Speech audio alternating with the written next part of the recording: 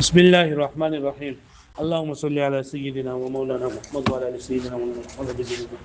ورا بلوت منګه دا خبره کړې وکنه چې مونږ کله ګردان کو نو ګردان ته لګيږي سر ته لګيږي سر په غوځفه اړه مو مخ کې نه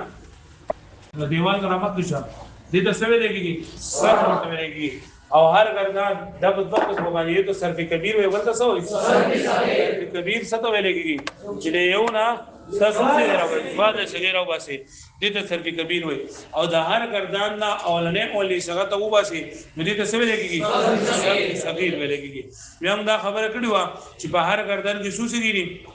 سوال سګيري څه سګيري سوال سګيري په سوال سګيري په درې قسمه باندې دي په دې کې د حاضر څه سګيري د غائب په څه سګيري او دا متکلم څه سګيري بس سګيري پوښتنه مې معنی نو اوس موږ او بیا په هر شپږو کې درې مذکر او درې مؤنث او په هر دریو کې اولنې دا خبره لکه زما کې وځما ما وی کنه چې په هر ګردان کې سوزي دي 14 دي لاول غلي سو کما چې زما ځان ته ولي کما 14 ټکی به ځان ته ولي کما چې زمانه چته سی وانه شي ها پوښتنه مې معنی دا په داونه کې بتاو دا تکلیف چې دا کوي لیکلو دا چې تاسو ټول خبره چې نه دا صحیح یادېږي خاجي 14 موري کړه ما ویلي چې په ګردان کې څه سګي 14 ټکی موري کړه اوس په صدالي کوم به خبره ما دا کړو چې په 14 څخه کې اولنې شپږ سګي د سګي شپږ کمای دیم او دوا زب چلو کما زب شپږ پیری غائب لیکما شپږ پیری به حاضر لیکما او دوا پیری بسلی کما لکه ما ولیکوي غائب او غائب ٹھیک شو لا سو پیری مولی کو شپک پیری مولی کو وز بدل شپک پیری سلی کما ورا قزاړه خبره ده کنه نوې خبره پکې نشته ده شپک پیری می حاضر ولی کو و می لیکو کنه او دو پیری بسلی کما دا خبره ورته کوم اوسو چې دا متکلم ته ولې په پیری لیکي بای دا هم سره پیری ولی کنه هم دا ته خو دې تاسو ویم بیا دا کوم ښا دا ول جوړ ته خلکو نه نو کو کنه ما دوه خبرې سره پوره کړې یو مې دا ویلو چې په هر ګردان کې بسوسېږي به مې دا ویلو چې سېږي په بسو قسمه سبي غائب حاضر غائب بسوسېږي حاضر بسوسېږي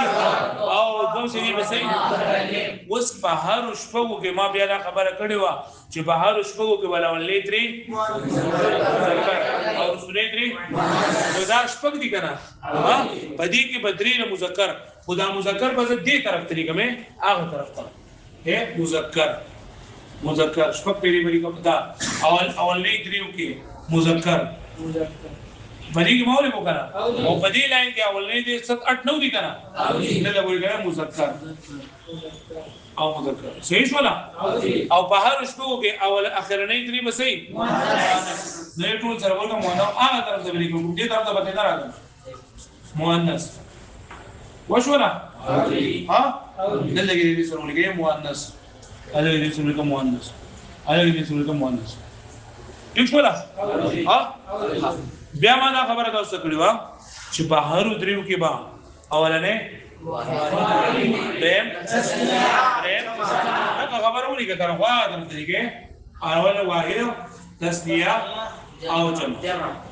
واحد تسنیه او جمع واحد تسنیه او جمع دلته دا ولګي واحد تسنیه جمع ٹھیک شو لا ها دا سوسې شولې دولس مونږ ورته کنه وسه متکلم په سګي ورې دي د متکلم په سګي دي خدا کار د شپږو کوي د متکلم سوسې دي کار د سو کوي شپږو کوي دا اولنی څنګه د واحد دا اولنی څنګه سره واحد دا او د مذکر هم دا او د مؤنث نو دا یوې څنګه د سوسې کو کار وکړو دغه لکه لواحد مذکر متکلم هم دا او د واحد مؤنث متکلم هم دا او دا دویمه څنګه چې دا نو دا سلور څنګه کار کوي د تسنیه مذکر کار هم کوي او د تسنیه مؤنث کار هم کوي د جمع مذکر کار هم کوي او د جمع مؤنث کار واسطه باندې کې دا خبره نه راځي چې لکه په غائب کې د شپږ لیکلي دي په حاضر کې د شپږ لیکلي دي ابو متکلم کې د دوه لیکلي دا زیاته نه او چې زیاته نه کنه نو او چې ما دې خبره کړې ده کنه چې بالکل د اصول مطابق متا ده کړی ده خبره متا ده بدی اصول به کړی ده چې متکلم څه ته وایي چې سره ځان نه پیږي چې د مذکر یم که مؤنث یم یو یم که دوه یم که درې یم نو دا نو خبره پته سب د نه یقین وکي پته باندې نو دی کی چې جدا څه غوته ضرورت وونه هر سره دا په خپل باندې پیږي کنه چې وي نو دا کله پته لګي چې مذکر یم که مؤنث یم ویږي باندې په غایب او په حاضر کې لکه پته نه لګي چې نه لګي نو دا څه کوي د پر جدا دي نو بدی کی دا لولې څنګه د څه و کار کوي او دیم څنګه د څه کار کوي پوښوي باندې پوښوي ها اوس یو نن اوس موږ څه کار کوو دوه کار اوس موږ کوو دا شته خو زوړ کارو کنه اوس په دوه کار موږ کوو یو دا چې د دې ترتیب موږ زګو چې په لولې څنګه سره واحد مذکر غایب دیم څنګه دریم دغه د اخره پورې بدل 14 بدای زګو دیم بدای زګو چې موږ باندې معنی په پښتو کې زګو ګوره ما تاسو ته دا وایي واحد تسنیه جمع خو پېژنې که نه واحد څو ته وایي تسنیه جمع مذکر چې په څه دلالت کوي منارینه او مؤنثو زنانه غایب چې د خبرو کولو په وخت کې موجود نه او حاضر او متکلم خبرې دا درې خبرې دي که نه اوس به دا یو ځای کوو موږ به دې څه وایي واحد مذکر غایب هغه یو کس هغه یو کس سړی ترجمه چې موږ کوو که نه لول به دا وایي هغه یو کس سړی پوه شوې هغه دوه سړي هغه ټول دا هغه به د غایب یم هغه یوه ښځه هغه دوه ښځې داسې هغه ډېر ښځې ټیک شوله تو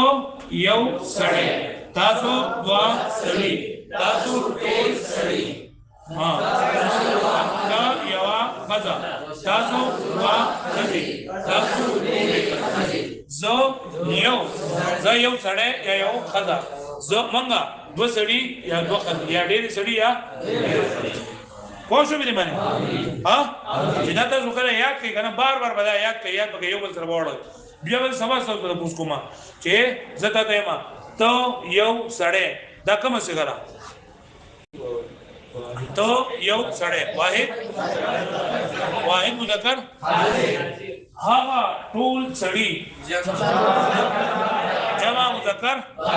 د پښتو خبرې دی په دې کو زګران څه نشته ده پوه شو مې باندې زه یو سړی واحد